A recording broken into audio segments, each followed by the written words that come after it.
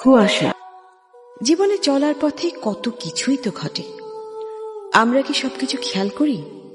না, আমরা নিজেদের অজান্তে এড়িয়ে যাই অনেক কিছুর অস্তিত্ব, যারা আমাদের আশেপাশে বসবাস করে, আমাদের দৃষ্টির বাইরে, যারা আমাদের মতোই এই জগতে রাজত্ব করতে চায়। আর যখন আমরা তাদের কোনো কিছুতে বাধার সৃষ্টি করি, আর তখন এইসব অস্তিত্ব ডেকে আনে অনেক অভিশাপ, যা একটা পরিবারকে ধ্বংস করার জন্য যথেষ্ট। মধ্যবয়স্ক মাহফুজ হাসান সরকারি চাকরি করেন। 2 মেয়ে রত্না, নীলা, এক ছেলে আরিফ আর তার স্ত্রীকে নিয়ে তার পরিবার। তাদেরকে দেখে কারো মনে হবে না যে দুঃখ বলে পৃথিবীতে কিছু আছে। হাসি আনন্দে ছেলে মেয়েদেরকে নিয়ে তার দিব্যি দিন কেটে যাচ্ছে। এখন ডিসেম্বর মাস, ছুটির সময়, সবাই একসাথে বাড়িতে দিন কাটায়। এমনই একদিন সকালবেলা মাহফুজ সাহেব তার স্ত্রীর সাথে ড্রয়িং রুমে বসে আছেন। এমন সময় ছেলেমেয়েরা তাদের কাছে এসে উপস্থিত হয়। তাদের একসাথে দেখেই মাহফুজ সাহেব বলে উঠলেন, আজ সবাই একসাথে, বিশেষ কোনো মতলব আছে মনে হচ্ছে? থাকতেই পারে। এটা দেখেই বোঝা যাচ্ছে, বলে ফেল। বাবা, এখন তো শীতের ছুটি, তাই ভাইয়া বলছিল কোথাও থেকে বেরিয়ে আসার জন্য। আমাকে কেন এসবের মধ্যে টানছিস? আমি কখন বলছি? প্ল্যানটা তো তোদের সবার, তাই না? যারই হোক, এই ছুটিতে কি বাড়িতেই বসে থাকবো না কোথাও বেড়ানোর জন্য যাব? এক জায়গায় এতদিন থাকতে ভালো লাগে বলো? বাবা, আমরা তো যাচ্ছি কোথাও বেড়াতে, তাই না? একবার যখন বলেছিস তখন না যাওয়া পর্যন্ত তো আর রেহাই নাই। ঠিক আছে, আমরা যাব, তবে কিছুদিন সময় লাগবে। একটা সুন্দর জায়গা কোথায় আছে তার খোঁজ নেই আগে। ইচ্ছাটা তো তোমারও কম না। কি যে বলো না, কাল সকালে আমি আরমানের সাথে কথা বলে সব ঠিক করে ফেলছি। ওকে ওকে, ডান।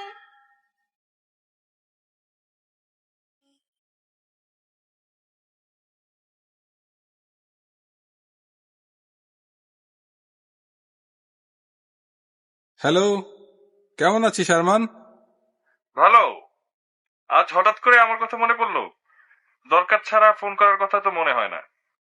বল, কিভাবে সাহায্য করতে পারি? তেমন কিছু না, গতকাল ছেলেমেয়েরা বললো একটু বেড়াতে যেতে চায়। এই ধর যে কোনো সুন্দর নির্জন জায়গা। তোর কি এরকম কোনো জায়গা জানা আছে? যদি থাকে তাহলে বল না। আসলে এমন কোনো জায়গা কোথায় হবে ঠিক মনে পড়ছে না, তবে একটা জায়গার সন্ধান দিতে পারি। কোথায়? সিলেটের একটা এলাকা, সেখানে চা বাগান আছে। জায়গাটা অনেক সুন্দর। আমাদের পুরনো একটা বাংলো আছে সেখানে, বছর 10 আগে কিনেছিলাম। যদি যেতে চাস সেখানে যোগাযোগ করে তোদের থাকার ব্যবস্থা করে দিতে পারি। জায়গাটা কোথায়? সিলেটের মালনী ছড়ায়, অনেকটা গ্রাম এলাকা, বিদ্যুৎ নেই। ভেবে দেখ, যদি থাকতে পারিস তাহলে ব্যবস্থা করে দিতে পারি। তবে তবে কি? বাংলোটা একটা সমস্যা আছে। সবাই বলে এটাতে নাকি অতৃপ্ত আত্মারা ঘোরাঘুরি করে। আমার পরিবারের কেউই কিন্তু এটাতে থাকেনি। কি বলিস এইসব? এই বিজ্ঞানের যুগে ভূত? ব্যাপারটা মজার হবে তো। আরেকবার ভেবে দেখলে কি ভালো হতো না? তুই ঠিক করে ফেল, আমরা সামনের শনিবারেই যাব। আরেকবার ভেবে দেখলে কি ভালো করতি না? আরে এসব কুসংস্কার, আসলে কিছুই নাই। তুই ব্যবস্থা করতো, আর এদিকে আমরা তৈরি হতে থাকি। ঠিক আছে।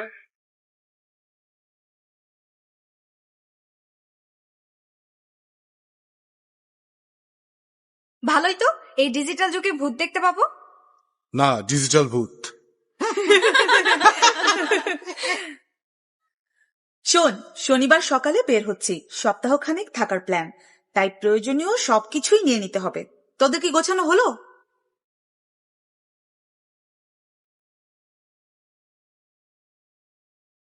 মা মা এই তো আরেকটু।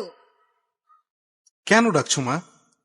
ওরা তো ওখানে ফ্যাশন শো করতে যাবে, সাজসজ্জার ব্যাপার আছে না, সময় তো লাগবেই। এই তুই কি বললি? এটা সবসময় পিছা লাগা না? সারাক্ষণ এই কাজ করে যায়।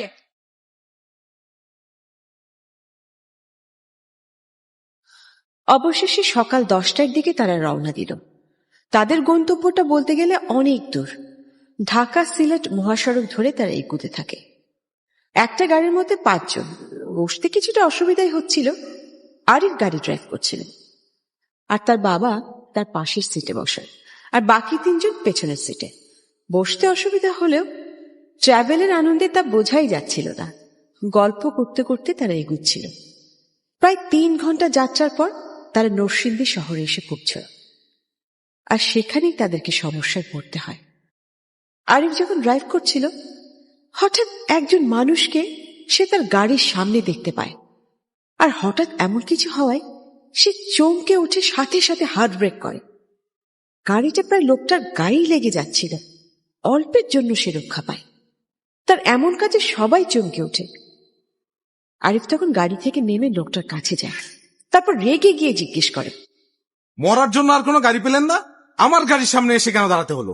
আশ্চর্য, কথা কানে যায় না, চুপ করে দাঁড়িয়ে আছেন কেন? থাক থাক বাবা, মাথা গরম করে আর লাভ নেই। অনেক দূর যেতে হবে, সময় নষ্ট না করে চল গাড়িতে চল।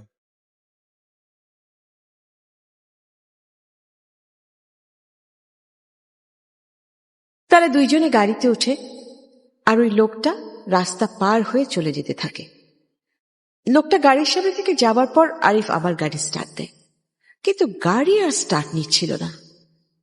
তারা অবাক হয়, নতুন গাড়ি, মাত্র কিছুদিন হয় কিনলো, তার উপর সিএনজিও করা, গাড়ি স্টার্ট নেবে না কেন?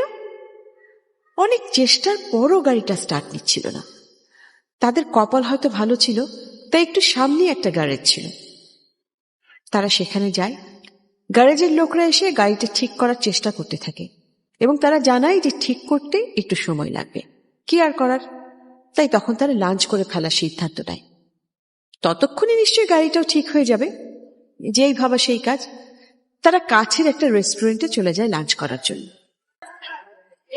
তারপর লাঞ্চ করে ফিরে এসে দেখে গাড়িটি ততক্ষণে ঠিক হয়ে গেছে। গ্যারেজের বিল পরিশোধ করে তারা আবার যাত্রা শুরু করলো। আবহাওয়াটাও ভালো ছিল। চারপাশের মনোরম পরিবেশ দেখতে দেখতে তারা এগুতে থাকে। কিছুক্ষণ পর গাড়িতে আরিফ একটা গান প্লে করে, তারপর সবাই তার সাথে ঠোঁট মিলিয়ে গাইতে থাকে। সবকিছু মিলিয়ে খুব আনন্দের সাথেই তারা এগিয়ে যেতে থাকে। তারপর তারা যখন সিলেট এসে পৌঁছল, তখন প্রায় সন্ধ্যা 7টার মতো বেজে গেছে। তারপর সেখানে নেমে তারা একটা রেস্টুরেন্টে চলে যায়। তারপর ফ্রেশ হয়ে ডিনার শেষ করার পর একটা সেফ হাউসে চলে যায় তাদের গাড়িটা রাখার জন্য। পাহাড়ি গ্রাম এলাকা, যোগাযোগ ব্যবস্থা তেমন নেই বললেই চলে। তাদের গন্তব্যস্থলটাতে যেতে হলে অনেকটা পথ পায়ে হেঁটে যাবার রাস্তা, গাড়ি যাবার মতো রাস্তা নেই সেখানে। যাই হোক, বাংলার কেয়ারটেকার শহরের এক প্রান্তে তাদের জন্য অপেক্ষা করছিল। তারা সেখানে পৌঁছতেই তাদেরকে দেখে সে এগিয়ে এসে সালাম দিয়ে বলল, আপনারা কি ঢাকা থেকে আইছেন? হ্যাঁ, আপনি? আমি এই বাংলোর কেয়ারটেকার সাহেব, আমারে আপনাদের কথা কইয়া রাখছে, আইয়েন আমার লগে আইয়েন। তারপর তার সাথে করেই তারা বাংলোর উদ্দেশ্যে রওনা হলো।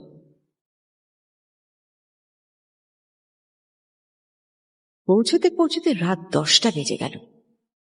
বিদ্যুৎ নেই বলে হারিকেন জ্বালিয়ে রাখা হয়েছে পুরো বাংলোটায়। পরিবেশটা দেখতেই কেমন যেন ভৌতিক লাগতে থাকে। আর সারাদিনের যাত্রায় তখন সকলেই ক্লান্ত, তাই সময় নষ্ট না করে সকলেই ফ্রেশ হতে চলে যায়। তারপর কেয়ারটেকারের দেখানো রুম অনুযায়ী প্রত্যেকে যে যার রুমে চলে যায়। সকালবেলা সবকিছু ঘুরে দেখা যাবে। তারপর সে গ্রামীণ পরিবেশে সকালে মিষ্টি পাখির ডাকে সবার ঘুম ভাঙল। সুন্দর একটা ঘুমের পর সবাই এখন বেশ ফ্রেশ। তারপর ফ্রেশ হবার পর সবাই ডাইনিং রুমে এসে বসল।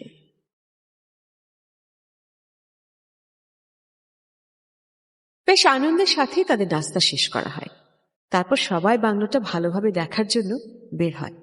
বিশাল বাংলো, হলরুমটা অবাক করার মতো বড়। তেমন কিছুই নেই এতে, ঢোকার জন্য একটা দরজা আর 2টো জানালা, আর তাতে আগেকার দিনের মতো মোটা মোটা রড লাগানো। হলরুমটা ছাড়াও অন্তত 15টার মতো রুম আছে বাংলোটাতে। পুরোটাই সাজানো গোছানো, অবাক হবার মতো।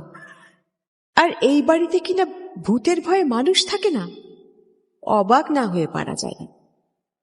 তারা বাংলোর বাইরে বেরিয়ে আসে, আর ঠিক এমন সময় কেয়ারটেকারের সাথে দেখা হয়।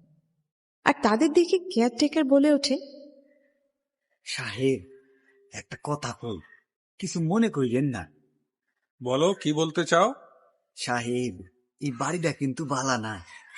অনেকেই ইহানে অনেক কিছু দেখছে। আমি কই কি, সময় থাকতে সাবধান হয়ে গেলে বালা হইবে। কেন, কি আছে এই বাড়িতে? সাহেব, অনেকেই ইহানে একটা মাইয়া মানুষ দেখছে এই বাড়িতে। রাতের বেলায় ঘুইরা বেড়ায়, মাঝ রাইতে কান্নার আওয়াজও পাওন যায়। আপনি বলতে চাচ্ছেন এই বাড়িতে ভূত আছে? আরে আমি একা কেন, হক গলেইতে এই কথা কয়। ভাইয়া, ডিজিটাল যুগে ভূত ব্যাপারটা না খুব মজা, তাই না? এসব মন গড়া কাহিনী, ভূত বলতে কিছুই নেই। আমার যা বলার তা বললা দিছি, এখন সবকিছু আপনি করে ইচ্ছা। সকাল 11টার দিকে তারা ঘুরতে বের হয়ে যায়। সারা দিন ঘোরাঘুরির পর যখন ফিরে আসে ততক্ষণে সন্ধ্যা হয়ে গেছে। তারপর রাতের খাবার শেষ করে তারা যে যার রুমে চলে যায়। সারাদিনের ঘোরাঘুরিতে সকলেই ভীষণ ক্লান্ত, তাই বিছানায় শোবার সাথে সাথেই ঘুমিয়ে পড়ে সবাই। হঠাৎ মাঝরাতে কোনো একটা শব্দে নীলার ঘুম ভেঙে যায়। শব্দটা কিসের সে বোঝার চেষ্টা করতে থাকে।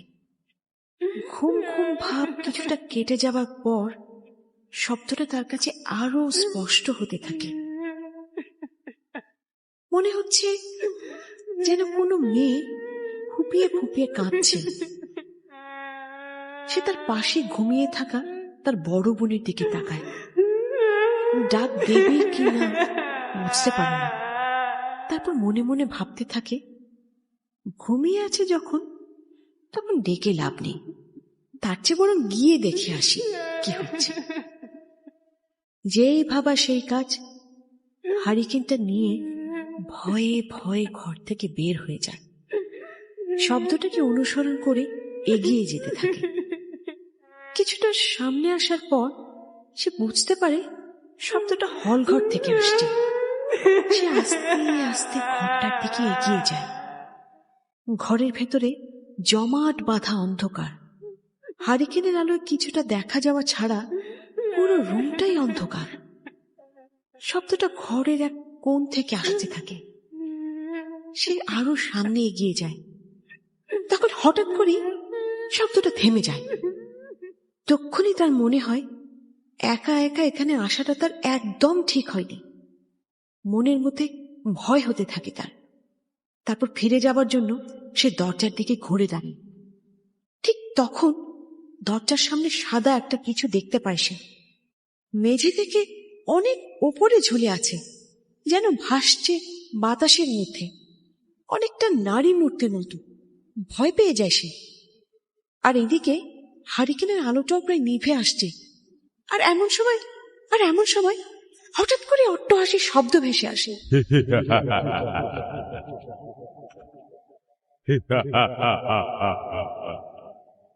ভয়ে নিঃশ্বাসও নিতে ভুলে যায় সে। পা নাড়াবারও শক্তি পাচ্ছে না। তার মনে হতে থাকে আজই হয়তো তার জীবনের শেষ দিন। মনে প্রাণে চিৎকার করার চেষ্টা করতে থাকে সে, কিন্তু গোঙানি ছাড়া তার মুখ থেকে কিছুই বেরোয়।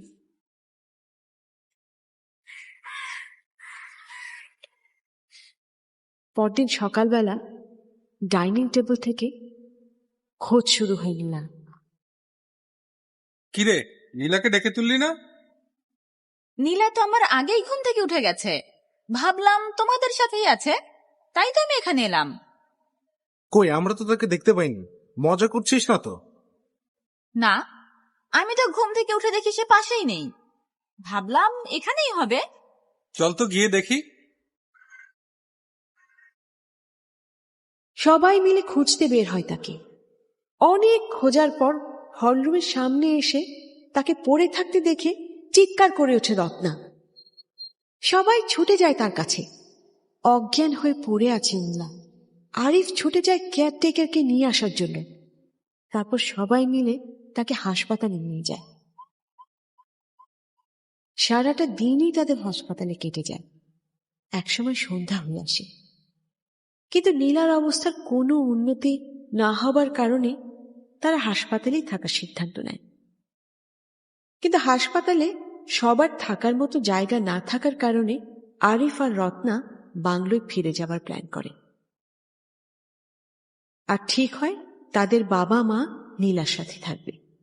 যাই হোক, সন্ধ্যা 7টার দিকে তারা হাসপাতাল থেকে বের হয়ে কাছাকাছি একটা রেস্টুরেন্ট থেকে রাতের খাবারটা সেরে নেয়। তারপর তারা বাংলোর উদ্দেশ্যে রওনা হয়। রাত তখন 9টা। তারা বাংলোয় এসে পৌঁছল। কেয়ারটেকার তাদের রুমে হারিকেন দিয়ে যায় আর যাবার সময় বলে যায়, ভাইজান, ছোট আপা মনির কি খবর? ভালো না। ভাইজান, রাইতে সাবধানে থাকেন। আমি আগেই কইছিলাম বাড়িটা কিন্তু ভালো না। আপনারা আমার কথাটাই শুনলেন না, এই জন্যই আজ আপার এই অবস্থা হয়েছে। আপনাকে আমাদের নিয়ে ভাবতে হবে না, আমরা নিজেদের খেয়াল রাখতে পারবো। পারলেই বালা। সারাদিন অনেক ধকল গেছে ভাই, এখন যাপ, শুয়ে পড়। হ্যাঁ, নীলাটার কি যে হলো, ভালো লাগছে না, কিচ্ছু ভালো লাগছে না। এদিকে রত্নার রুমে ঘুমের ঘোরে অচেতন হয়ে আছে রত্না। হঠাৎ করে একটা শব্দে তার ঘুম ভেঙে যায়। বিছানায় উঠে বসে সে। তারপর শব্দটা লক্ষ্য করতে থাকে। তার মনে হতে থাকে কেউ যেন রুমের বাইরে হাঁটছে। তার সাথে একটা কান্নারও শব্দ, একটা নীলই কণ্ঠ কাঁদতে কাঁদতে চলে যাচ্ছে। আচ্ছা, কে কাঁদবে এই সময়? সে তার বিছানা ছেড়ে হারিকেনটার দিকে এগিয়ে যায়।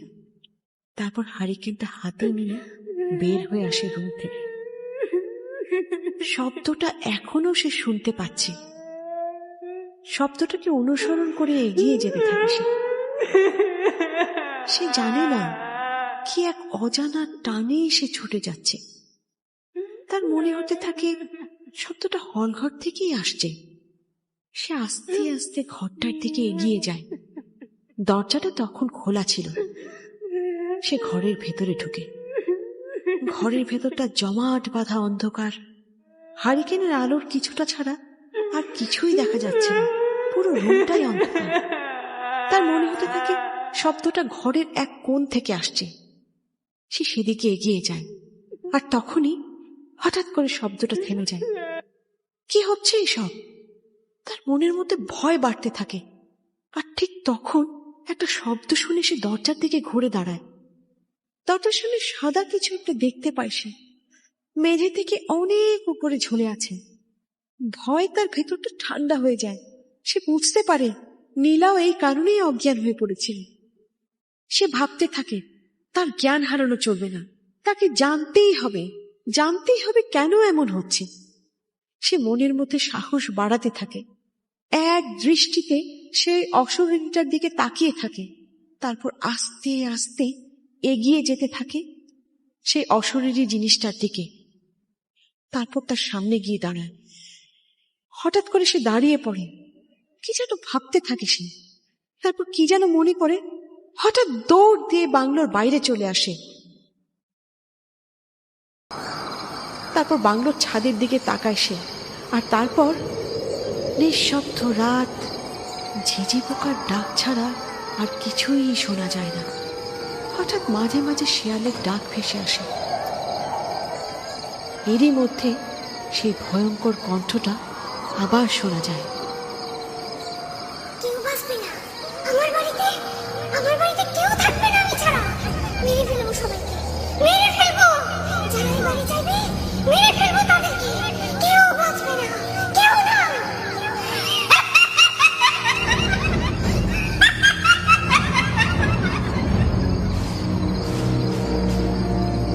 নিঝুম রাতে সে ভয়ঙ্কর অট্টহাসির শব্দ ছাড়া আর কিছুই নেই। পরদিন সকালবেলা আরিফ একটু দেরি করে ঘুম থেকে জেগে ওঠে। নিজের বিছানায় কিছুক্ষণ বসে থাকার পর ফ্রেশ হবার জন্য সে উঠে যায়।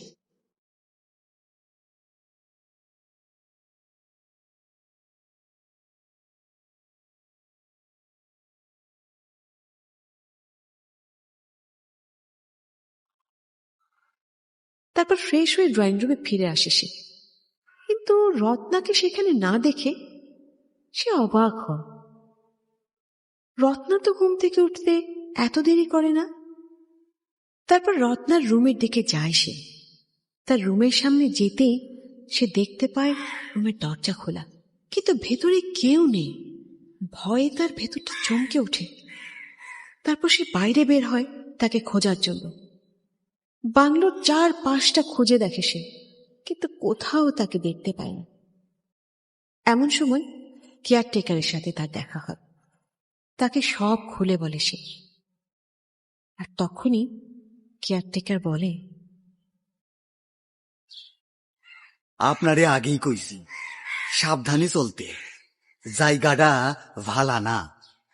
আপনারা কেউই আমার কথা শুনলেন না। আল্লাহ জানে কি হইছে। আহেন আমার লগে, খুঁজা দেখি। তারপর তারা দুজনেই তাকে খুঁজতে বের হয়। সকাল গড়িয়ে দুপুর হয়ে যায়, কিন্তু তার কোনো খোঁজ পাওয়া যায় না। এদিকে দুপুরের আগেই তাদের হাসপাতালে যাবার কথা ছিল, কিন্তু দুপুর প্রায় শেষ হয়ে আসছে, অথচ তারা আসছে না। অজানা আশঙ্কায় চিন্তিত হয়ে পড়লেন মাহফুজ সাহেব। তারপর তিনি আর অপেক্ষা করতে না পেরে আরিফের নাম্বারে কল করলেন। আরিফ ফোন রিসিভ করে হ্যালো বলতেই তার বাবা বলে উঠলেন, কোথায় তোরা? এখনো তো বাংলোতেই আছি। তোদের না দুপুরের আগে আসার কথা ছিল? না মানে বাবা, একটু সমস্যা হয়ে গেছে। কি সমস্যা?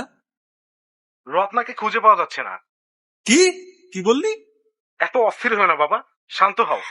আর মাকে এখনো কিছু বলার দরকার নাই। কিন্তু কি হয়েছে সেটা তো বলবি। তারপর আরিফ তাদের সব কিছু খুলে বলে। সবকিছু শোনার পর তার মাথায় যেন আকাশটা ভেঙে পড়ে। কি হচ্ছে এইসব? কিছুই ভাবতে পারছেন না তিনি। অসহায়ের মতো হাসপাতালের বেডে বসে পড়লেন তিনি। কিছুক্ষণ পর তিনি তার স্ত্রীকে নীলার পাশে বসিয়ে জরুরি কাজ আছে বলে বাংলোর উদ্দেশ্যে রওনা হল। বাংলোয় আসতে আসতে তার সন্ধ্যা হয়ে যায়। আরিফ আর কেয়ারটেকার তখনও রত্নাকে খুঁজছিল। তিনি এসে প্রায় পাগলের মতো তার মেয়ের খবর জানতে চাইলেন, কিন্তু চাইলেই কি হবে? তাকে তো আর পাওয়া যায়নি। সব শোনার পর তিনি আর দেরি করতে চাইলেন না। ঠিক করলেন পুলিশের সাহায্য নেবেন। যেই ভাবা সেই কাজ। তিনি আরিফকে নিয়ে থানার উদ্দেশ্যে রওনা হলেন। যেমন করেই হোক তার মেয়েকে খুঁজে পেতেই হবে। আর যদি না পায় কি হবে তার? আর নিজের স্ত্রীর কাছেই বা কি জবাব দেবেন? কিছুই ভাবতে পারছেন না তিনি। রাত 9টার দিকে তিনি থানায় এসে পৌঁছলেন। তখন থানার দায়িত্বে ছিলেন পুলিশ ইন্সপেক্টর তারেক মাহমুদ। যখন তারা থানায় আসলো, তিনি তাদের অবস্থা দেখেই বুঝতে পারলেন বড় কোনো রকমের সমস্যা হয়েছে। তারপর মাহফুজ সাহেব তারেক সাহেবকে তাদের বেড়াতে আসার কথা জানান। বাংলোয় ওঠা থেকে শুরু করে তার ছোট মেয়ে নীলার হঠাৎ অজ্ঞান হয়ে যাওয়া আর রহস্যজনকভাবে রত্নার উধা হয়ে যাওয়া সম্পর্কে সব কিছুই তাকে খুলে বললেন। তারপর তার সব কথা শোনার পর তারেক সাহেব বলে উঠলেন, আপনারা যে বাংলোটায় উঠেছেন সেটার কথা আগেও অনেকবার শুনেছি। ভৌতিক বাংলো হিসাবে এই শহরে বাংলোটার অনেক সুনাম আছে। রাতে নাকি এটাতে অতৃপ্ত আত্মারা ঘোরাঘুরি করে। একটা মানুষের সন্ধান পাওয়া যাচ্ছে না আর আপনি ভূতের গল্প শোনানো শুরু করেছেন? এই আধুনিক যুগে এসে আপনি ভূত প্রেত বিশ্বাস করেন? তাছাড়া আপনার মতো শিক্ষিত লোক এসব কথা বলে। ডিসগাস্টিং। আহা, রেগে যাচ্ছেন কেন? আমি নিজে বানিয়ে কিছু বলিনি, যা শোনা যায় তাই বললাম। তবে আমি এখন পর্যন্ত ভূতের কোনো কেস পাইনি। আজই ফেলা। আপনারা চিন্তা করবেন না, ভূতটাকে আমি ধরেই ছাড়বো। আর তা যতটা সম্ভব কম সময়ে। আপনার মেয়ের সন্ধান আপনারা পেয়ে যাবেন। কিন্তু একটা সমস্যা আছে। আবার কি সমস্যা? আইন অনুযায়ী কেউ হারানোর 24 ঘন্টা আগে কোনো মামলা নেওয়া যায় না। তাই এখন আপাতত আমি কেসটা নিতে পারছি না। তবে ব্যাপারটি নিয়ে আমি চিন্তা করছি। আজ আপনারা ফিরে যান, রাতটা সাবধানে কাটান আর তার সন্ধান করার চেষ্টা করেন। যদি কোনো সন্ধান না পান তাহলে কাল আবার আসবেন। তখন এ ব্যাপারটা নিয়ে আপনারা মামলাও করতে পারবেন। আর তখন আমরাও আপনাদের সাথে বাংলোটায় যাব।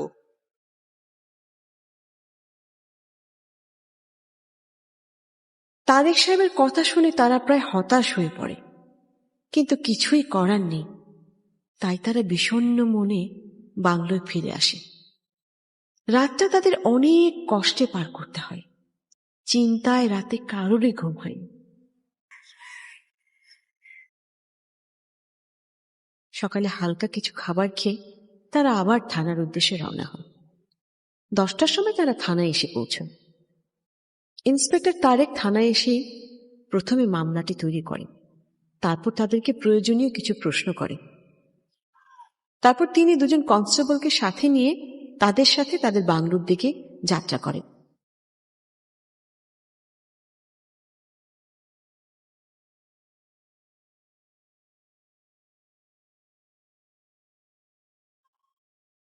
বাংলোয় পৌঁছানোর পর প্রথমে তিনি পুরো বাংলোটা ঘুরে দেখেন। সেই বাংলো বিশাল বিশাল রুম, তবে হল রুমটা অবাক করার মতো বড়। তেমন কিছুই নেই এতে। ঢোকার জন্য একটা দরজা আর দুটো জানালা, তাদের আগেকার দিনের মতো মোটা মোটা রড লাগানো। হল রুমটা ছাড়াও অন্তত 15টার মতো রুম আছে বাংলোটাতে। পুরোটাই সাজানো গোছানো। বাংলোর চারপাশে নানা ধরনের গাছপালা। বাংলোর পেছনের দিকটা হালকা জঙ্গল মতো হয়ে গেছে। তিনি সব কিছুই নোট করতে থাকেন। তারপর কেয়ারটেকারকে ডেকে কতগুলো প্রশ্ন করেন। আচ্ছা, আপনি কতদিন থেকে এখানে আছেন? স্যার 20-25 বছরের বেশি হইব। আপনার পরিবারও থাকে এখানে? যে স্যার, যে এইখানেই থাকে, কিন্তু যখন কেউ এইখানে বেড়াইতে আসে তখন আর এইখানে থাকে না, ওই যে ওই সামনের একটা বাড়িতে থাকে স্যার। আচ্ছা, আপনার ছেলে মেয়ে কয়জন? আমার কোনো ছেলে পুলে নাই স্যার। আচ্ছা, আপনারা যখন এখানে থাকেন তখন ভয় করে না? এখানে তো ভূতের আড্ডা, আপনাদের তো ক্ষতি করতে পারে। আমরা তো স্যার একা মানুষ, ক্ষতির চিন্তার কি করমু? হারাবার মতো আমার ঘরে আসলে কিছুই নাই, তাই এইখানেই থাই। আচ্ছা আচ্ছা, আপনি এখন যেতে পারেন। মাহফুজ সাহেব। জি বলেন তারেক সাহেব। পুরোটা বাংলোই তো ঘুরে দেখলাম, তেমন সন্দেহজনক কিছু দেখছি না। যদি ভূতের কাজ হয়ে থাকে তাহলে কিছু না পাওয়াটাই তো স্বাভাবিক। এখন কি হবে? আমার মেয়ের এখন কি হবে? শান্ত হন, আমি দেখছি কি করা যায়। আমি ফোর্স লাগিয়ে দিয়েছি, ওরা সন্ধান করছে। আশা করি খুব শীঘ্রই আমরা সন্ধান পেয়ে যাব। আর একটা কথা, এখানে রাতে কি হয় তা তো দেখিনি, তাই সন্ধ্যার দিকে আমার 2 কনস্টেবল এখানে আসবে। তারা রাত্রে আপনাদের সাথে এখানে থাকবে। দেখা যাক ভূতের দেখা পাওয়া যায় কিনা। যা করার একটু তাড়াতাড়ি করুন স্যার। আরে, আমরা আমাদের সাধ্যমতো চেষ্টা করছি। ঠিক আছে, আমি থানায় ফিরে যাচ্ছি, আপনারা সাবধানে থাকবেন।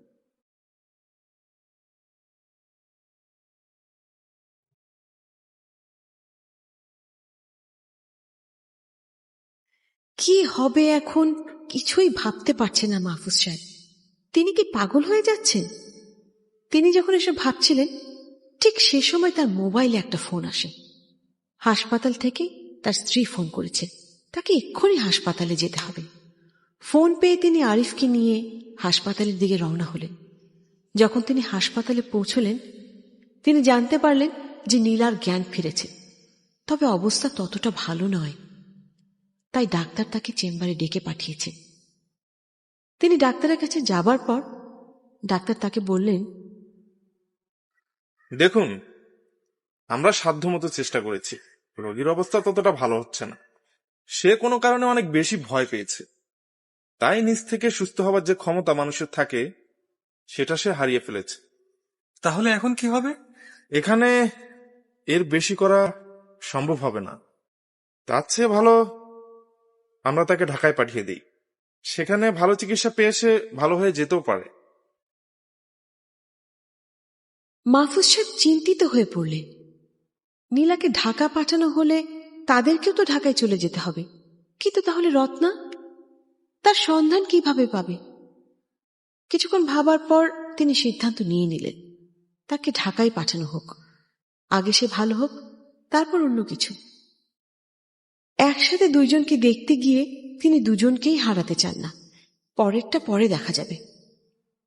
তিনি ডাক্তারকে সব ব্যবস্থা করতে বললেন। সন্ধ্যার দিকে সব ব্যবস্থা হয়ে গেলে তার অ্যাম্বুলেন্সে করে যাবার জন্য তৈরি হলেন। কিন্তু আরিফ তখন বেঁকে বসল। সে যাবে না। সে তাদেরকে যেতে বলে নিজে এখানে থাকার সিদ্ধান্ত নেয়। বোনকে ফেলে সে কোথাও যাবে না। কি বলবেন মাহফুজ সাহেব? আরিফের কথাও তো যুক্তি আছে, কিন্তু তার মধ্যে ছেলে হারানোর ভয়টাও তো চলে আসে। কি বলবেন তিনি? কিছু বলার আগে আরিফ তার কাছ থেকে তাদের গাড়ির চাবিটা নিয়ে নেয়। যখন অ্যাম্বুলেন্সে করে তারা ঢাকার পথে যাত্রা করে, আরিফ তাকিয়ে থেকে তাদের চলে যাওয়া দেখতে থাকে। যতক্ষণ তাদের দেখা যাচ্ছিল সে সেদিকেই তাকিয়েছিল। তারপর একটা দীর্ঘশ্বাস চলে আসে ওর ভেতর থেকে। তার এখন ভেঙে পড়লে চলবে না। অনেক কাজ বাকি পড়ে আছে। সব কিছুই তাকে শেষ করতে হবে। আর তার সময় থাকতে এসব ভাবতে ভাবতে সে বাংলোর উদ্দেশ্যে রওনা হয়। বাংলোয় দুজন পুলিশ কনস্টেবলকে নিয়ে আরিফ ড্রয়িং রুমে এসে বসে। বিদ্যুৎ না থাকার কারণে বাংলোটা খুব বেশি অন্ধকার দেখাচ্ছে। তারা একসাথে কিছুক্ষণ গল্প করার পর আবার গিয়ে বাংলোর রুমগুলো একটু ঘুরে দেখে আসে। তারপর আবার রুমে এসে বসে। তাদের সামনে একটা হারিকেন জ্বালানো রয়েছে। হারিকেনের আলো বলে কথা, শুধু অন্ধকার কেটে নিজেদের অস্তিত্ব প্রমাণ করা ছাড়া তেমন কোনো আলোই বের হচ্ছে না। তারা কোনোভাবে নিজেদেরকে দেখতে পাচ্ছে। আর চারপাশটা জমাট বাঁধা অন্ধকার। কিন্তু তারা তখনও জানে না কতটা বিপদ তাদের সামনে অপেক্ষা করছে। তারা জানে না কেউ অনুসরণ করছে তাদেরকে। দূর থেকে তাদের সব কিছুই সে দেখছে। তারা বুঝছিল না যে কতটা ভয়ঙ্কর সেই দৃষ্টি। তারা শুনতেও পারেনি যে কেউ তখন বলছিল, এই বাড়ি আমার, কেউ থাকবে না এখানে, মেরে ফেলবো সবাইকে, মেরে ফেলবো, কেউ থামাতে পারবে না, কেউ পারবে না, কেউ পারবে না।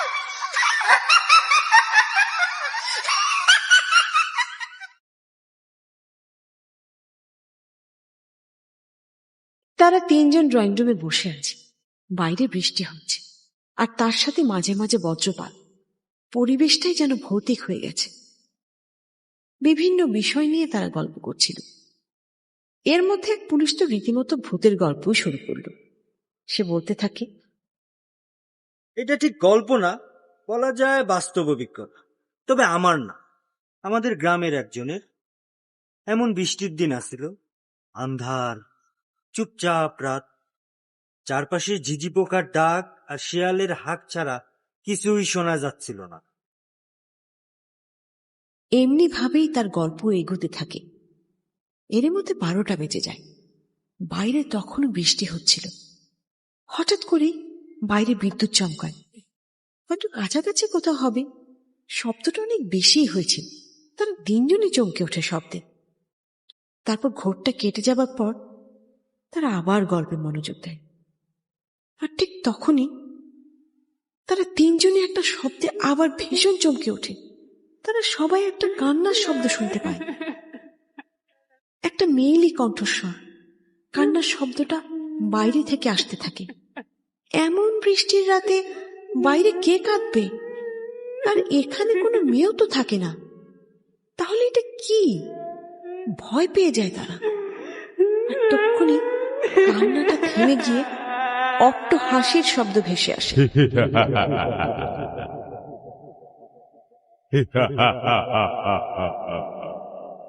তাদের ভয়টা আরো বেড়ে যায়। হঠাৎ করে তারা বাংলোর ছাদের উপরে কারো হাঁটার শব্দ শুনতে পায়। শব্দটা ছাদের এক প্রান্ত থেকে অন্য প্রান্তে ছোটাছুটি করছিল। আর তার সাথে হাসির শব্দ তো আছেই। প্রচন্ড ভয় পেয়ে যায় তারা। কি করবে কিছুই বুঝতে পারছিল না। এদিকে হারিকেনটা নিভে যাবার মতো অবস্থা হয়। এমন সময় হঠাৎ করেই একজন পুলিশ তার রাইফেলটা হাতে নিয়ে বাইরের দিকে গুলি করে বসে। আর তারপর সব কিছুই আগের মতো নীরব হয়ে যায়। বাইরে থেকে শুধুমাত্র বৃষ্টির শব্দ আসতে থাকে। সারাটা রাত তারা ভয়ে ভয়ে পার করে। তারপর সকালে উঠে একসাথে তারা ব্রেকফাস্ট করে নেয়। তারপর তারা থানার দিকে রওনা হয়। থানায় পৌঁছে তারা ইন্সপেক্টর তারেককে দেখতে পায়। আরিফ কোনো কথা না বাড়িয়ে তার বোনের খবর জানতে চায়। স্যার, আমার বোনের কোনো খবর পাওয়া গেছে? আমার ফোর্স কাল সারাদিনই তার সন্ধান করেছে, কিন্তু কোনো সন্ধান পাওয়া যায়নি। একটা মেয়ে হারিয়ে গেছে আর তাকে খুঁজে পেতে এত সময় লাগে? দেখুন আরিফ সাহেব, আমরা আমাদের সাধ্যমতো চেষ্টা করছি। কোনো লাভ তো তাতে হচ্ছে না। দেখুন, আমরা এখনো জানি না তার কি হয়েছে। তার সাথে অনেক কিছুই হতে পারে। যেমন? যেমন প্রথমত সে নিজে থেকেও কোথাও চলে যেতে পারে, আর যদি তা হয় আমরা তেমন কিছুই করতে পারবো না। দ্বিতীয়ত তাকে কোনো একজন, হোক সে ভূত অথবা মানুষ, কোথাও গুম করে রাখতে পারে, খুনও করতে পারে। তাহলে আমরা যতক্ষণ পর্যন্ত তার ঠিক কি হয়েছে জানতে না পারবো তেমন কিছুই করতে পারবো না। তারপরও আমরা চেষ্টা চালিয়ে যাচ্ছি। প্লিজ স্যার, যা করার একটু তাড়াতাড়ি করুন। বললাম তো, আমরা সাধ্যমতো চেষ্টা করছি। ও ভালো কথা, কাল রাতের ঘটনায় আপনার কি মনে হয়? মনে তো অনেক কিছুই হয়, কিন্তু এটা কিভাবে সম্ভব? ভূত বলে তো কিছুই নেই, তারপর কেন এমন হলো? দেখুন, ভূত আছে কি নেই তার সঠিক কোনো প্রমাণ কারো কাছে নেই। তাহলে আছে এবং নেই এই দুইটা সামনে রেখেই আমরা কাজ করতে পারি। যদি ভূত বলে কিছু থাকে তাহলে তো তাকে থামাবারও নিশ্চয়ই কোনো উপায় আছে। কিন্তু সেটা কি? সেটাই তো ভাবনার বিষয়।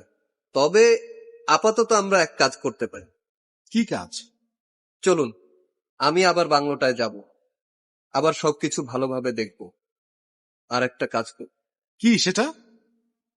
এখনই বলবো না, আগে চলুন বাংলোর পরিবেশটা আগে উপভোগ করি। ইন্সপেক্টর তারেক আরিফকে নিয়ে আবার বাংলোয় ফিরে আসেন। ততক্ষণে দুপুর হয়ে গেছে।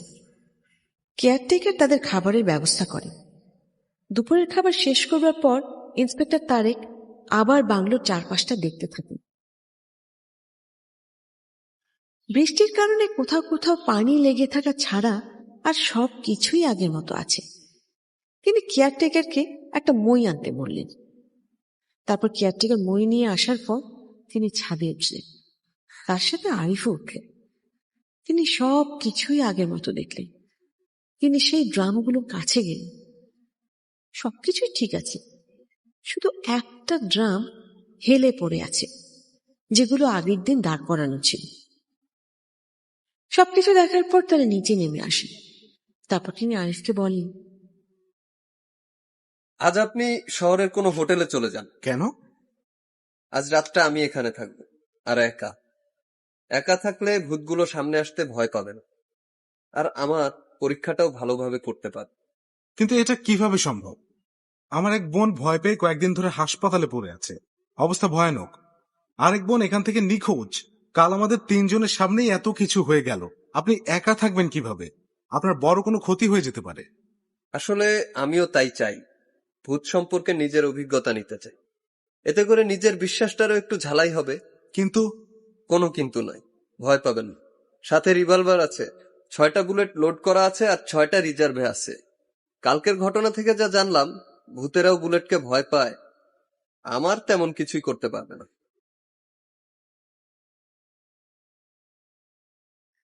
কি আর করার? আরিফ অনেকটা বাধ্য হয়েই শহরের দিকে চলে যায় রাতে থাকার জন্য। আর ইন্সপেক্টর তারেক থেকে গেলেন সে বাংলোয়। তিনি তখনও জানেন না সামনে তার জন্য কি অপেক্ষা করছে। তিনি ধারণাও করতে পারেননি এই ভয়ঙ্কর বাড়িতে একা থাকার দুঃসাহস করার জন্য তাকে কি মূল্য দিতে হবে। রাতের খাবার শেষ করার পর তিনি শোবার ঘরে যান। কেয়ারটেকার আগে থেকে সেখানে একটা হারিকেন রেখে গেছিল। হারিকেনের মিটি মিটি আলোয় তিনি রিভলভারটা আবার পরীক্ষা করে নিলেন। সব ঠিক আছে। তারপর নিশ্চিত হয়ে তিনি শুয়ে পড়লেন। মাঝরাত হঠাৎ একটা শব্দে তার ঘুম ভেঙে যায়। সে বিছানায় উঠে বসে। একটা কান্নার শব্দ শুনতে পায়, যেন কোনো মেয়ে কাঁদছে। বিছানা ছেড়ে উঠে যায় সে। তারপর হারিকেনটাকে নিয়ে শব্দটাকে অনুসরণ করে এগিয়ে যেতে থাকে। একসময় সে হল রুমের সামনে চলে আসে। রুমের দরজাটা আগের মতোই খোলা, কিন্তু তার স্পষ্ট মনে আছে সবগুলো দরজাই বন্ধ ছিল। তাহলে এটা খুলে গেল কিভাবে? হারিকেনটা নিয়ে ভেতরে ঢোকে সে, আর তখনই একটা অট্ট হাসির শব্দ ভেসে আসতে থাকে পুরোটা রুম থেকে। তার মনের মধ্যে ভয় এসে জড়ো হতে থাকে। তারপরও ভালোভাবে শব্দটাকে লক্ষ্য করতে থাকে সে। রুমের চার কোণ থেকে শব্দটা আসছিল, আর এমন সময় ছাদের উপর থেকেও ধূপ ধাপ শব্দ শুনতে পায় সে। কিন্তু কিন্তু এটা কিভাবে সম্ভব? ছাদে ওঠার মতো কিছুই নেই আশেপাশে। তাহলে এবার সত্যি সত্যি ভয় পেয়ে যায় সে। কোমরে হাত দেয় রিভলভারটার জন্য, কিন্তু সে রিভলভারটা সেখানে পেল না। তখন তার মনে পড়ে রাতে পরীক্ষা করার পর সেটা সে বিছানায় তার বালিশের নিচে রেখেছিল, আর নেওয়া হয়নি। এখন কি করবে? এদিকে তার হাতের হারিকেনের আলোটাও ঝাপসা হতে থাকে, যে কোনো সময় নিভে যেতে পারে। তিনি আর রিস্ক নিতে চাইলেন না। ছুটে রুম থেকে বেরিয়ে নিজের রুমের দিকে চলে গেল। তখনও তার পেছনের দিক থেকে সেই অট্ট হাসির শব্দ ভেসে আসছিল। রুমে এসে তিনি দরজা বন্ধ করে দেন। তারপর এগিয়ে এসে রিভলভারটা হাতে নিয়ে বিছানায় বসে পড়েন। এমন সময় তার হারিকেনটা নিভে যায়। অন্ধকার হয়ে যায় পুরো ঘরটা। ভয়ের মধ্যে নিজের উপর রাগ উঠে যায় তার। কেন আসার সময় সাথে কোনো মোমবাতি আনেননি? কিন্তু রাগ হলে কি হবে? তখন আর কিছুই করার ছিল না। অসহায়ের মতো তিনি বিছানায় বসে থাকেন। হয়তো তার কপাল ভালো ছিল, তাই সেদিন রাতে আর তেমন কিছুই ঘটেনি।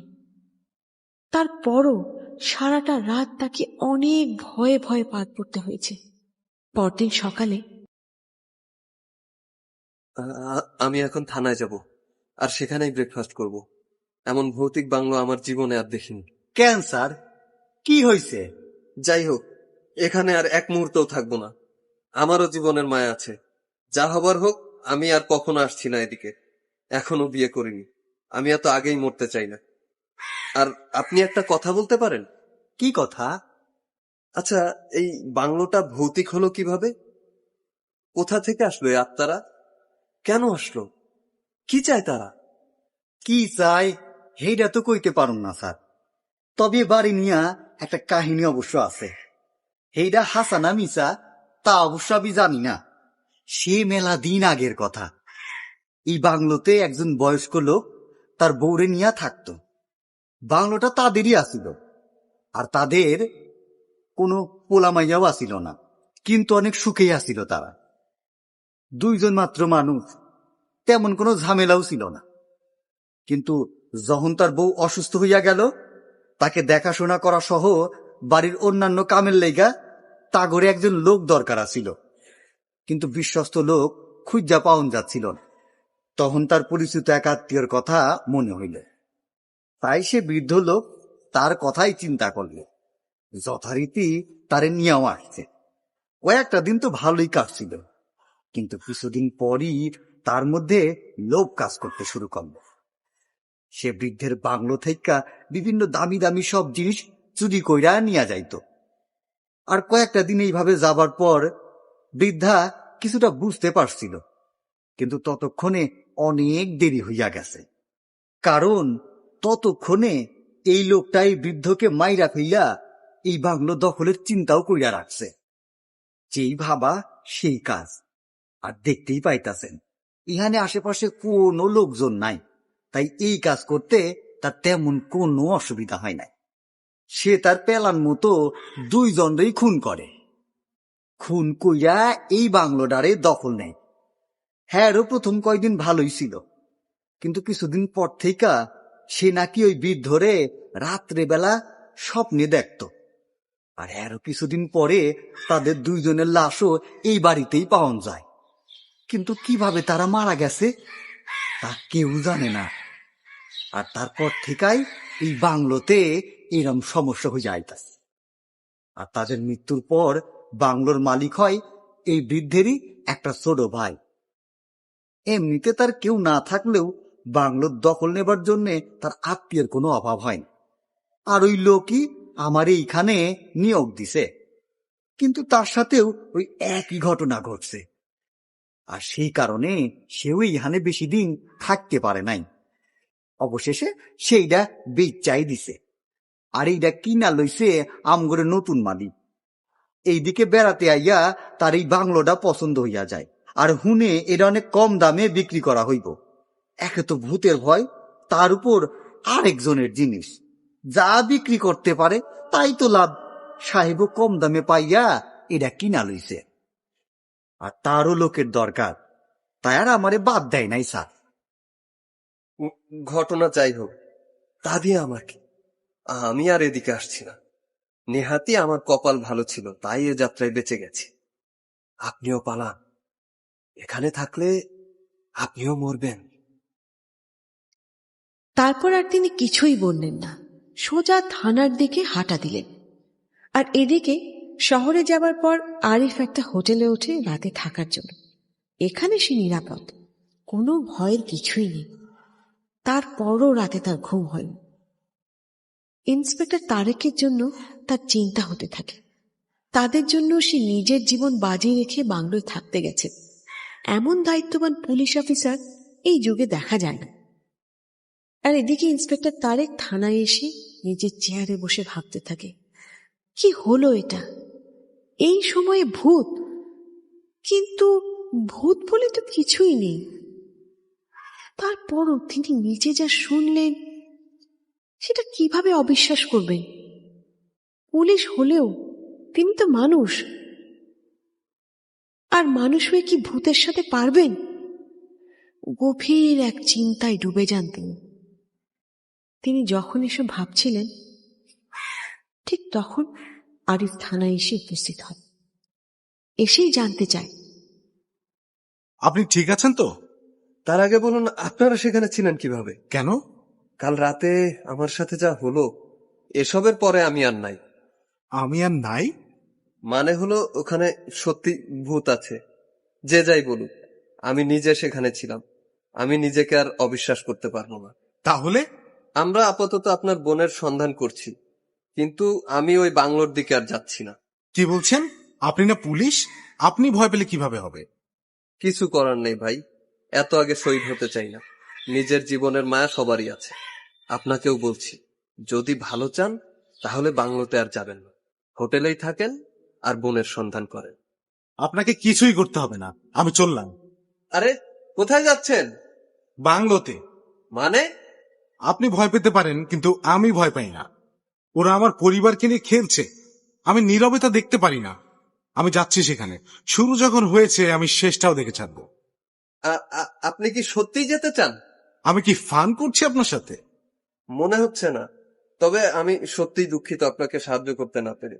কিন্তু বোঝেনি তো, জীবনের মায়া সবারই আছে। তবে আপনাকে সামান্য একটু সাহায্য করতে পারি। কি সাহায্য? আমি জানি কাজটা বেআইনি, তারপরও বলছি, আপনি এই রিভলভারটা নিয়ে যান। 6টা গুলি আছে, যদি কোনো সমস্যা হয় ব্যবহার করতে পারেন। কাজ করবে কিনা জানি না, তবে খালি থাকার চেয়ে কিছু একটা সাথে থাকা ভালো। আরিফ তার কথা শুনে অবাক হয়। তারপরও কি যেন ভেবে তার হাত থেকে রিভলভারটা নিয়ে নেয়, ভালো করে দেখে এটাকে। তারপর মৃদু একটা হাসি দিয়ে তাকে ধন্যবাদ বলে বাংলোর দিকে রওনা হয়। বিকেলের দিকে সে বাংলো এসে পৌঁছায়।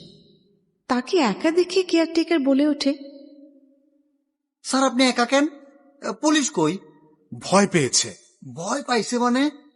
কাল একা ছিল, কিছু হয়েছে, এখন জীবনের মায়া করতেছে, তাই কেউ আর আজ আসতেই চায়নি। ওনা গড়ে আর কি দোষ স্যার? জীবনের মায়া সবারই আছে, কেডাই মরতে চাই কন? তাহলে চাকরি করতে আসলো কেন? বাড়িতে শাড়ি পরে বসে থাকলেই তো ভালো হতো। স্যার মনে হয় রাইগা গেছেন। যদি কিছু মনে না করেন তাইলে একটা কথা কই। বলেন। আপনি থাইয়েন নাই হানে। মানে? বাংলোটা যে কেমন সেটা তো দেখছেনি। আর কত বড় কোনো ক্ষতি হওয়ার আগে সাবধান হন ভালা। আপনি চইলে যান। আমি এত সহজে হাল ছাড়বো না। শুরু যখন হয়েছে এর শেষ দেখে ছাড়বো। কিন্তু স্যার, ভূতের লগে লাগতে যাওয়াটা ভালো হইব না। যা হবার হবে, পরেরটা পরে দেখব। কি আর করা, আপনি যেইটা ভালো বুঝেন এইটাই করেন। আর এদিকে যখন এইসব হচ্ছে তখন তার পরিবারের সবাই ঢাকায়। নীলাকে এরই মধ্যে ঢাকা মেডিকেল কলেজ হাসপাতালে ভর্তি করা হয়েছে। অবস্থা এখন উন্নতির দিকে। মাহফুজ সাহেব রত্নার ঘটনাটা তার স্ত্রীর কাছে গোপন রাখতে চাইলেও রাখতে পারেননি। তাদের সাথে আরিফ আর রত্নাকে না আসতে দেখে তার স্ত্রীর মনে সন্দেহ হয়েছিল, আর তাই মাহফুজ সাহেবকে একটু চাপ দিতেই তিনি সব ঘটনা খুলে বলেন। ফলে যা হবার তাই হলো। তার স্ত্রী এই ঘটনার কথা শুনে পুরোপুরি ভেঙে পড়লেন। সব কিছু মিলিয়ে এক হুলস্থুল কাণ্ড বেঁধে যায়। সুখের পরিবারে নেমে আসে বিষাদের ছায়া। একদিকে ছোট মেয়েকে দেখা, অন্যদিকে বড় মেয়ের হারিয়ে যাওয়া আর স্ত্রীর ভেঙে পড়া। সবকিছু দেখতে গিয়ে মাহফুজ সাহেবের অবস্থা কাহিল হয়ে পড়ে। তিনি ভাবতে থাকেন, কি অন্যায় করেছেন তিনি, কেন হঠাৎ করে তার সুখের পরিবারটা এমন হয়ে গেল। তিনি তখন আরিফকে ফোন করেন।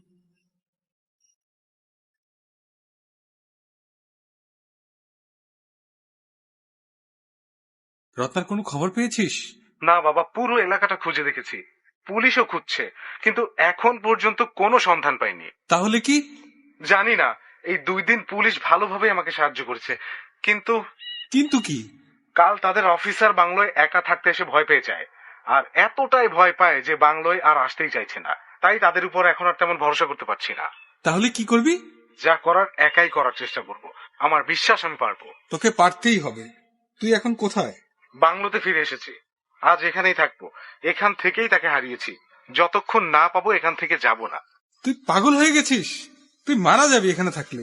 তুই অন্য কোথাও চলে যা, তারপর খোঁজ কর। আগে নিজে বাঁচার চেষ্টা কর। বোনকে যদি না পাই, বেঁচে থেকে কি লাভ? যখন হারিয়েছিল তখন আমার সাথেই ছিল, তাই খোঁজ পাবার দায়িত্বটা আমারই নিতে হবে, আর আমিই সেই দায়িত্বটা নিয়েছি। স্যার, ও স্যার, একটা কথা কই। বলেন। যদি কিছু মনে না করেন তাহলে আজ রাইতে আমি আপনার লগে থাই। একা থাকলে আপনার সমস্যা হইতে পারে। না, আপনাকে থাকতে হবে না, আমি একাই থাকবো। কিন্তু কোনো কিন্তু না, সমস্যাটা আমার, আর এর সমাধানটা আমিই করব। চলে যান।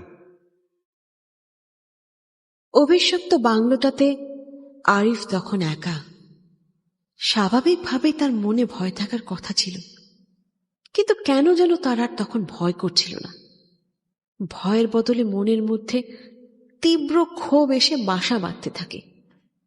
তার কেন যেন মনে হতে থাকে আজই সে তার হারানো বোনের রহস্য খুঁজে পাবে, কিন্তু কিভাবে সেটা সে জানে না, আর জানতেও চায় না। এদিকে আবারও সেই সব অস্তিত্বরা জেগে ওঠে, আনন্দে মেতে ওঠে তারা। তাদের শেষ শিকার এখন তাদের হাতের মুঠোয়, আর মাত্র কিছুক্ষণ। তারপর তারা শেষ করে দিতে পারবে তাদের শেষ বাধাটিকেও।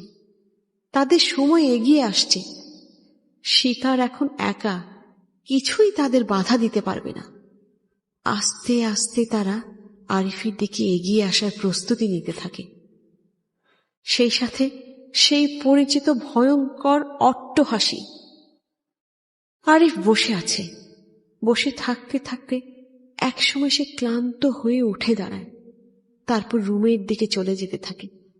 সে এখন ঘুমোতে চায়, আর তার চলে যাওয়া দেখেই আনন্দে ফেটে পড়ে সেই সব অস্তিত্বগুলো। তাদের বের হওয়ার সময় হয়ে গেছে। আর ওদিকে আরিফ রুমে গিয়ে হারিকেনের আলোতে রিভলভারটা পরীক্ষা করে নেয়।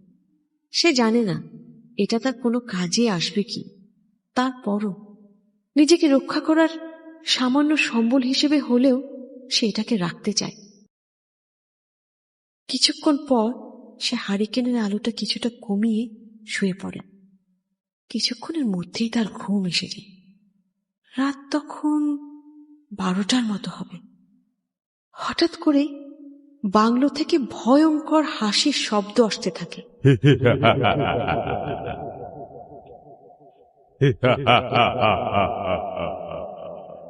ঘুম ভেঙে যায় আরিফের। ধর্মর করে সে বিছানায় উঠে বসে। তারপর রুমের চারপাশে তাকাতে থাকে, কিন্তু কিছুই দেখতে পায় না সে। ভালোভাবে তাকাতে থাকে, কিন্তু সে ভয়ঙ্কর হাসির শব্দ ছাড়া কোথাও কিচ্ছু নেই। বিছানা থেকে নেমে আসে সে, রিভলভারটা হাতে তুলে নেয়, তারপর হারিকেনটা নিয়ে রুম থেকে বের হয়ে যায়। শব্দটাকে অনুসরণ করে এগিয়ে যেতে থাকে। এদিকে আরিফ যখন এইসব করছে, দূর থেকে কোনো একজন তাকিয়ে আছে বাংলোটার দিকে। না, একজন নয়, তার সাথে আরো দুইটা অস্তিত্ব ওই বাড়িটাকে লক্ষ্য করছে খুব মনোযোগ দিয়ে। অপেক্ষায় আছে তারা। আর মাত্র কিছুক্ষণ, শিকার এখন তাদের হাতের মুঠোয়। আরিফ আস্তে আস্তে হল রুমটার দিকে এগিয়ে যায়। শব্দটা রুম থেকেই আসছে। খুব আস্তে আস্তে ভেতরে প্রবেশ করে সে, আর তখনই থেমে যায় শব্দটা। কে কে এখানে? আজ মরতে হবে তোকে, মরতে হবে, প্রস্তুত হয়ে যা। সে চমকে গিয়ে পেছনে তাকায়। হারিকেনের আবছা আলোয় সে কিছু একটা দেখতে পায়। প্রচন্ড ভয় পেয়ে যায় সে। সে বুঝতে পারে মৃত্যু এগিয়ে আসছে, হয়তো এক্ষুনি তাকে কিছু করতে হবে। সময় অনেক কম। মনের মধ্যে সাহস সঞ্চয় করতে থাকে সে। তারপর আস্তে আস্তে এগিয়ে যেতে থাকে ওই অশরীরীটার দিকে। ভালো করে লক্ষ্য করতে থাকে তাকে, অনেকটা নারী মূর্তির মতো।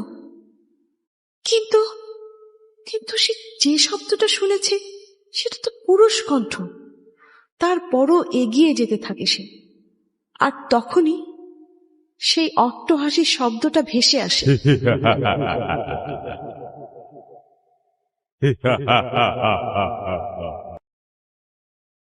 প্রচন্ড ভয় পেয়ে যায় সে। রিভলভারটা হাতে তুলে নেয়, মূর্তিটাকে লক্ষ্য করে কয়েকটা গুলি করে সে।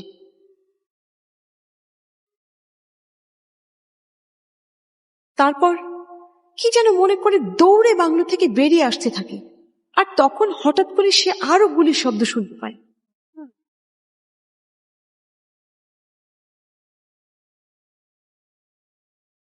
একটা কিংবা দুটো নয়, অনেকগুলো গুলির শব্দে কান ফেটে যাওয়ার অবস্থা।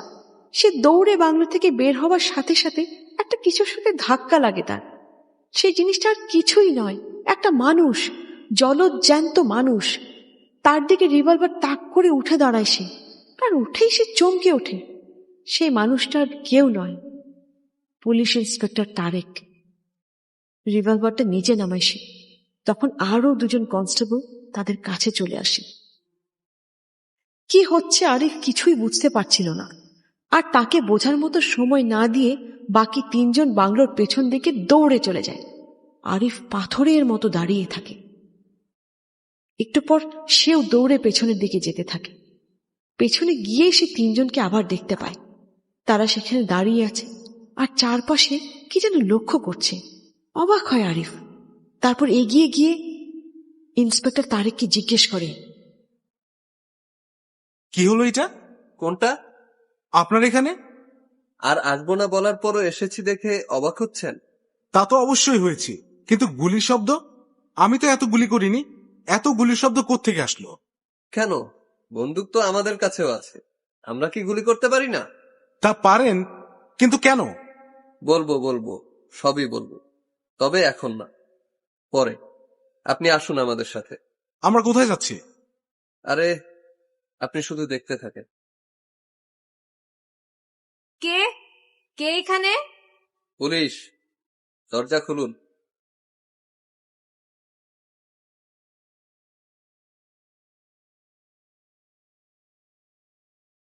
এত রাইতে আপনারা এখানে? দরকার আছে। আপনার স্বামী কোথায়? কেন? বাংলোতে একটু সমস্যা হয়েছে, ওকে আমাদের সাথে যেতে হবে। ওর সাহায্যের দরকার হতে পারে। কিন্তু সে তো বাড়িতে নাই। কোথায় গিয়েছে? একজনের বাড়িতে দাওয়াত ছিল, সেইখানে গেছে। আচ্ছা, কখন আসবে? এই কাল সকালের দিকে।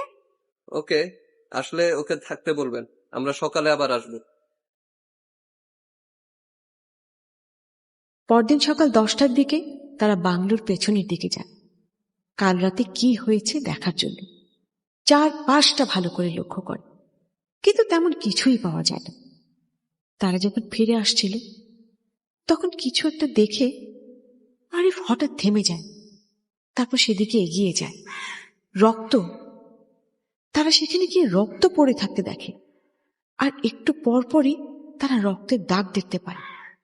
এইসব দেখে ইন্সপেক্টর তারেক বলে উঠলেন, আমি যা ভেবেছিলাম ঠিক তাই।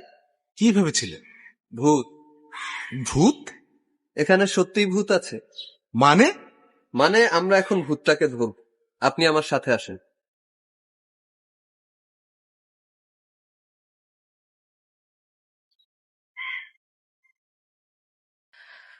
সত্যি কি ভূতটাকে দেখা যাবে নাকি ভূতটাকে ধরা যাবে? ইন্সপেক্টর তারেক মাহমুদকে পারবেন সেই ভূতটাকে ধরতে বা ভূতটাকে দেখতে?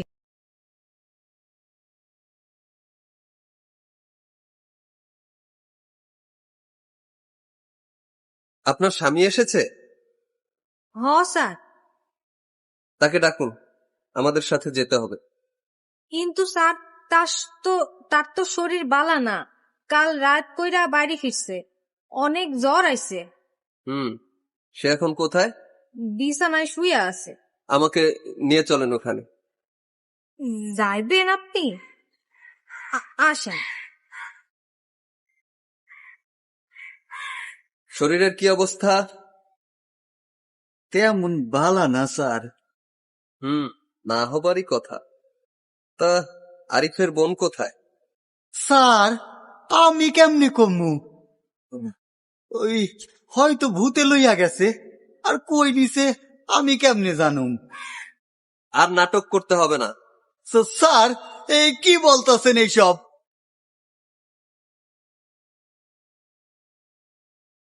ইন্সপেক্টর তারেক তখন উপর থেকে কাঁথাটা সরিয়ে নেয়। সবাই অবাক হয়ে যায়। তার পায়ে ব্যান্ডেজ করা, রক্ত লেগে আছে। তা এইসব কি? ও এই কাল রাতে বাড়ি আউনের সময় রাস্তায় একটা গাড়ি এসিয়া এই পেছন থেকে আমারে ধাক্কা দেয়, আর ওই তখনই এই পায়ে ব্যথা পাই। পরে হাসপাতাল থেকে দেখাইয়া বাড়ি আইতে আইতে অনেক রাত হইয়া যায়। পরে আইসা আপনাদের কথা শুনছি, ভাবছিলাম একবার গিয়া দেখা কইরা আমু, কিন্তু তার আগে আপনারাই চলে আইছেন। ও তাই? হ স্যার, আমি একদম সত্য কইছি। ও তার মানে আপনি রাতে বাংলোতে যাননি? আপনার পায়ে গুলি লাগেনি? ভালো কথা। তা আপনার এক্সরে রিপোর্টটা আমাকে একটু দেখান তো। স্যার এক্সরে তো করি নাই, শুধু একটু কাটটা গেছিল, তাই ব্যান্ডেজ করে রাখা দিছি। ও আচ্ছা আচ্ছা। এই হারুন, ওর পায়ের ব্যান্ডেজটা খোলো তো। আরে কোথায় যাচ্ছ? স্যার তার মানে? হ্যাঁ, এই সেই ভূত যে এতদিন আপনাদেরকে ভয় দেখিয়েছে, আর আপনার বোনের হারানোর পেছনে সেই দায়ী। কিন্তু আপনি সেটা বুঝলেন কিভাবে? তাহলে শুনুন। নাম্বার 1, ভূত বাংলো হিসাবে এটা পরিচিত। এখানে কেউই থাকতে পারেনি ভূতের ভয়ে। তাহলে সে তার পরিবার নিয়ে কিভাবে থাকে? কেন তার কিছুই হয় না? তার উপর সন্দেহ শুরু হয়। নাম্বার 2, আপনার বোন হারিয়ে গেছে, কিন্তু এই নিয়ে তার তেমন কোনো আগ্রহই দেখলাম না, তাই সন্দেহটা আরো গাঢ় হয়। নাম্বার 3, সবচেয়ে বেশি সন্দেহ হয় তার সাবধান বাণী শুনে। সে সবাইকে সাবধান করে এখানে না থাকতে। তাহলে সে কেন থাকে? নাম্বার 4, আরেকটা সমস্যা হলো হারিকেনকে নিয়ে।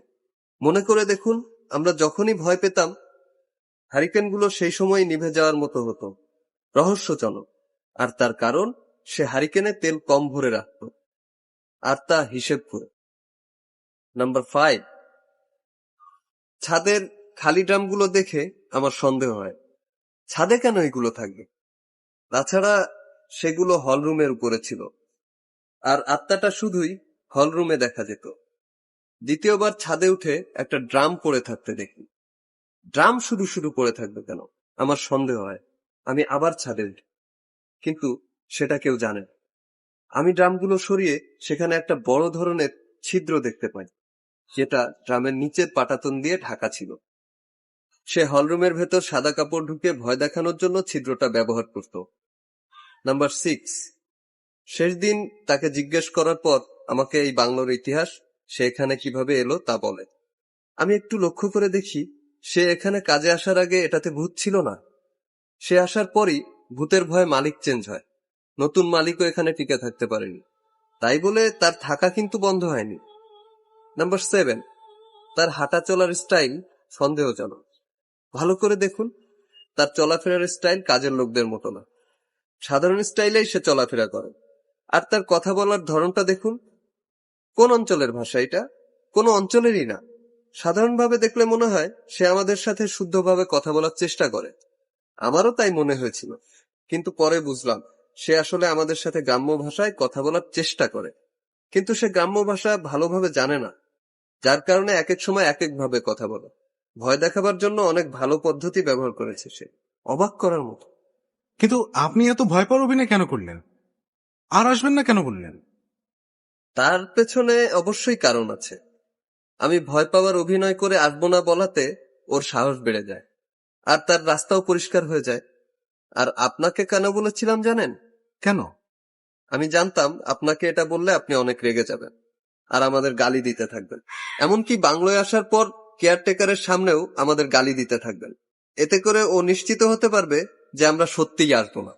আর তাই সে খালি মাঠে গোল দেবার চেষ্টা করবে, আপনাকে একা পেয়ে আপনার ক্ষতি করার চেষ্টা করবে।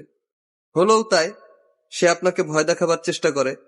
আপনার কাছে যে রিভলভার আছে সেটা সে জানতো না, তাই ভয় পেয়ে আপনি যখন গুলি করেন সে হতভম্ব হয়ে পালাবার চেষ্টা করে।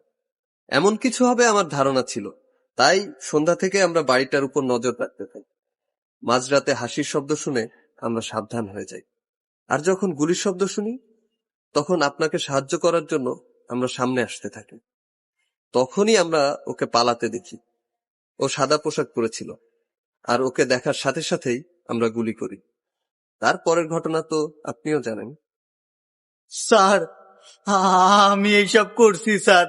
সেটা সবাই জানে, কিন্তু এটা কেন করলেন? লোভ। লোভই আমাকে এইগুলো করতে উৎসাহিত করেছে। তাই কেয়ারটেকার সেজে আমি এই বাড়িতে এসে ভূতের ভয় দেখিয়ে বাড়িটা দখল করি। এই অন্যায়ের শাস্তি আপনি পাবেন। আর একটা কথা বলুন, তারা সারা জীবনের জন্য এখানে থাকতে আসেন, তাহলে তাদের সাথে এমন কেন করলেন? সবাইকে ভয় দেখাতে চেয়েছিলাম, যাতে করে আর কেউ কখনো এই জায়গাটাতে না আসে, আর আমার থাকাতেও কোনো বাধা না আসে।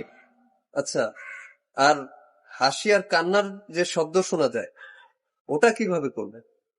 স্যার, এইগুলো ক্যাসেটে রেকর্ড করা আছে স্যার। আমি রাতের বেলায় সিডিটা অন করে দেই, আর ঘরের বিভিন্ন জায়গায় সাউন্ড বক্স লুকিয়ে রেখেছি। হলরুমের 4 কোণায় 4টা আছে। মেঝেতে গর্ত করে ভেতরে এইগুলো রেখে উপরে টাইলস করে দিয়েছি, তাই বোঝাই যায় না। অনেক ভালো প্ল্যান। এখন ভালোভাবে বলে ফেলুন, আরিফ সাহেবের বোন কোথায়? আমি জানি না স্যার। থানায় নিয়ে কিছুটা দিলেই জানবেন। সময় থাকতে বলে ফেলুন, আপনার জন্য ভালো হবে। দাঁড়া, দেখাচ্ছি মজা। এ কি করছেন আপনি? স্যার, ভালোভাবে বললে ও মুখ খুলবে না। ওকে বলতে বলুন আমার বোন কোথায়, আর যদি না বলে তাহলে। আরিফ সাহেব, মাথা ঠান্ডা করুন, আইন নিজের হাতে নিবেন। আরিফের বোন কোথায়? সে তো আর নেই স্যার। মানে? ওই দিন রাতেও আমি ভয় দেখাবার চেষ্টা করি। একসময় সে নিজের রুম থেকে বের হয়ে আসে। যখন হল রুমে ঢোকে, আমি ওই জায়গাটা দিয়ে রুমের ভেতরে একটা সাদা কাপড় ঢুকিয়ে দিয়ে নিচে নেমে আসি। উদ্দেশ্য ছিল সে কেমন ভয় পায় তা দেখা। সে অবশ্য ভালোই ভয় পেয়েছিল। তারপরও কেন জানি অনেকক্ষণ কাপড়টার দিকে তাকিয়ে থাকে। কিছুক্ষণ তাকিয়ে থাকার পর সে হঠাৎ দৌড়ে বাংলো থেকে বের হয়ে আসে।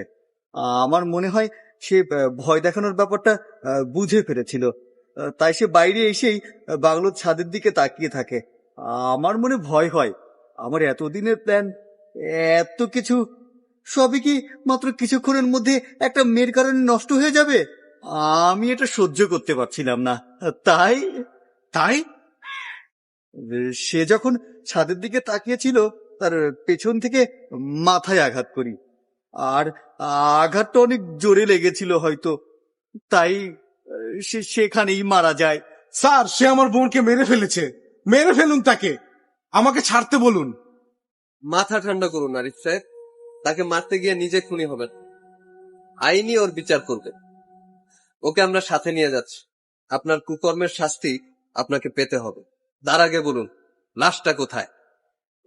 স্যার, বাংলোর পেছন দিকে ওই 2 কিলোমিটারের মতো ভেতরে জঙ্গলের এক জায়গায় তার লাশটা আছে। ওই কফিনের ভেতরে রেখে দিয়েছি। জায়গাটাতে নিয়ে যেতে পারবেন?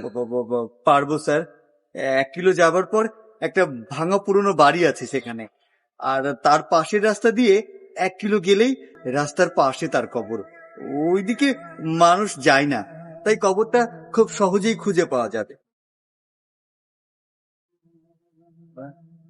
তার কথা মতো তাকে সাথে নিয়ে ইন্সপেক্টর তারেক, আরিফ আর 2 জন কনস্টেবল ওই জায়গায় যেতে থাকে। এমন সময় আবহাওয়া খুব খারাপ হয়ে যায়। হঠাৎ করে কালো মেঘ এসে সূর্যটাকে ঢেকে দেয়। গুড়ি গুড়ি বৃষ্টিও পড়তে থাকে। হালকা বৃষ্টিতে ভিজেই তারা এগোতে থাকে। যখন তারা ভাঙা বাড়িটার কাছে এসে পৌঁছয়, হঠাৎ করে বৃষ্টির মাত্রা আরো বেড়ে যায়। সাথে সাথে দমকা ঝোড়ো হাওয়াও আসতে থাকে। তারা দৌড়ে গিয়ে ভাঙা বাড়িটায় আশ্রয়। তখন ভর দুপুর। তারপরও বৃষ্টি আর ঝড়ের কারণে দিনটা সন্ধ্যার মতো অন্ধকার হয়ে পড়ে। একজন আরেকজনকে ঠিকমতো দেখতেও পাচ্ছিলেন। ঘণ্টাখানেকের মতো এমন অবস্থায় থাকে।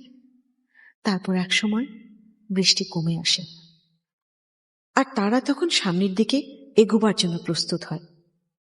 কিন্তু তখনই তারা আবার আরেকটা সমস্যায় পড়ে। যখন কিছুটা আলো ফিরে আসে, তারা সবাই লক্ষ্য করল হাতকড়াটা এখানে থাকলেও কেয়ারটেকার এখানে নেই। সবাই অবাক হয়ে যায়, এটা কিভাবে সম্ভব?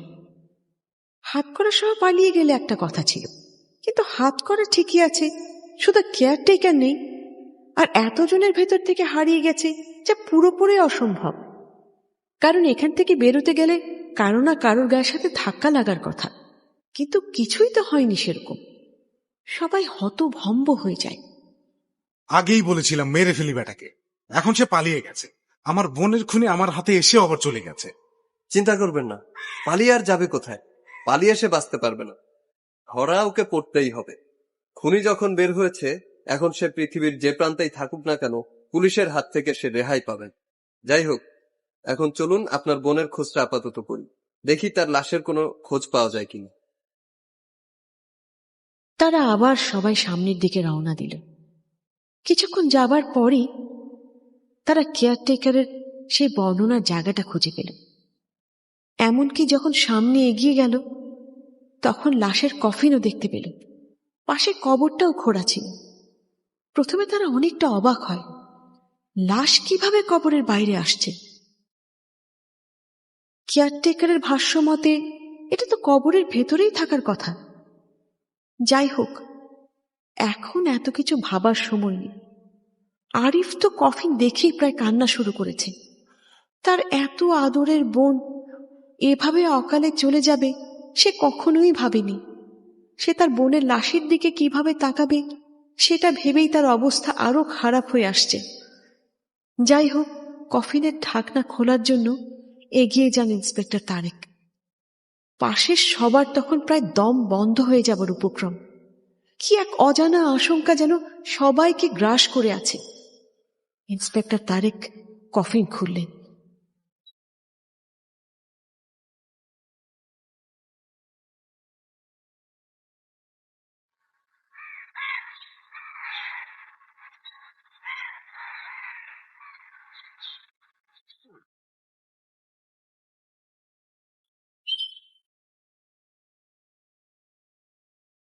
কিন্তু এটা কি? এটা কি করে সম্ভব? কেউই কিছু বুঝতে পারছিল না কি করবে। সবাই হতভম্ব। কফিনের ভেতরে একটা লাশ, কিন্তু সেটা রত্নার না, সেটা কেয়ারটেকারের লাশ।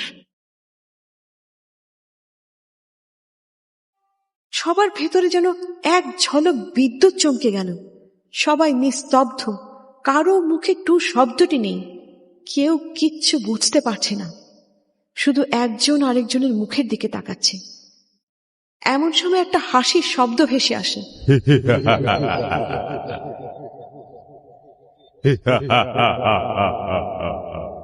সেই শব্দ যেটা বাংলোতে শোনা যেত। সবাই চমকে উঠে সেদিকে তাকায়, দেখে গভীর জঙ্গলের দিকে একটা মেয়ে হাসতে হাসতে চলে যাচ্ছে, অনেকটা ভাসমান ভাবে। সবাই চুপ করে সেদিকে তাকিয়ে থাকে। শুধু আরিফ তখন হঠাৎ করে চিৎকার করে ওঠে, রত্না!